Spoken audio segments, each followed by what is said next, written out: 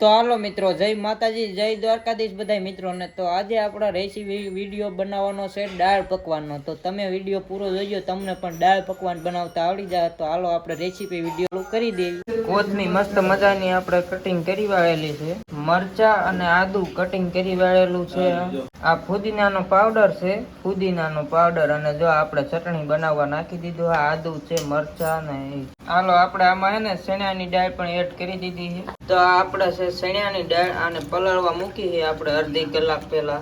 ખાટી ચટણી બનાવવાની છે તો આપણે ગરમ પાણી કરી અને એમાં નાખી દેવાની, આપણે ચટણી બનાવવાની છે, ખાટી આંબલી છે આ। તો આપણે જો ચટણીમાં નાખવા હાટું હોય ને માંડવીના દાણા ફોલવી એવી ફ્રેશ લીલી માંડવીના દાણા।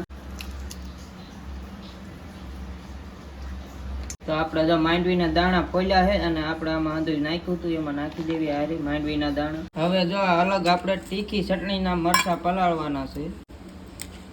તો આપણે હે ને આ મરચાને અડધી કલાક પલાળવા દઈશું મિનિમમ, અને મરચા પલળાય ત્યાં સુધીમાં આપણે ગ્રીન ચટણી બનાવી લેવી, એટલે લીલી ચટણી જો આનું। તો આપણે જો હે ને મિક્સરમાં બનાવવાની છે ગ્રીન ચટણી, તો આમાં લઈ લીધું અને હવે મિક્સરમાં રાખી દઈશું અને હમણાં બનાવી ચટણી। તો થોડુંક પાણી એડ કરી દઈએ।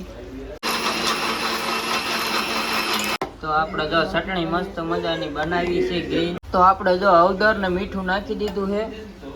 તો હવે પાછું આપણે મિક્સ કરી દેવી, એટલે મિક્સ થઈ જાય મીઠું હળદર ને કોથમીર આમાં।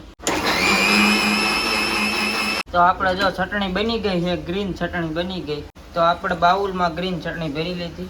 તો આપણે જો આંબલીની ખાટી ચટણી મિક્સરમાં બનાવી નાખી છે, અને આ મરચા છે, મરચાની તીખી ચટણી બનાવી નાખી છે મિક્સરમાં। અને આપણે ચણાની દાળ જે પલાળી હતી એ બાફવા રાખી દીધી છે આપણે। તો આપણે હે ને હવે દાળ બફાઈ ગઈ છે અને દાળ જો અડધી કાઢી લીધી છે અને અડધી દાળ આપણે બ્લેન્ડર થી ફેરવીને અહીંયા રાખી દીધી છે। તો હવે આપણે પાણી એડ કરી। તો આપણે જો દાળ ઉકાળવા મૂકી છે જ્યાં લગી ઉભરો ન આવે ને ત્યાં લગી હલાવવાની રવા દેવાની આઈને આપણે ગેસ। તો હાલો આપણે મસ્ત મજાના દાળ પકવાન બની ગયા છે, તો હવે ખાઈ પી લેવી।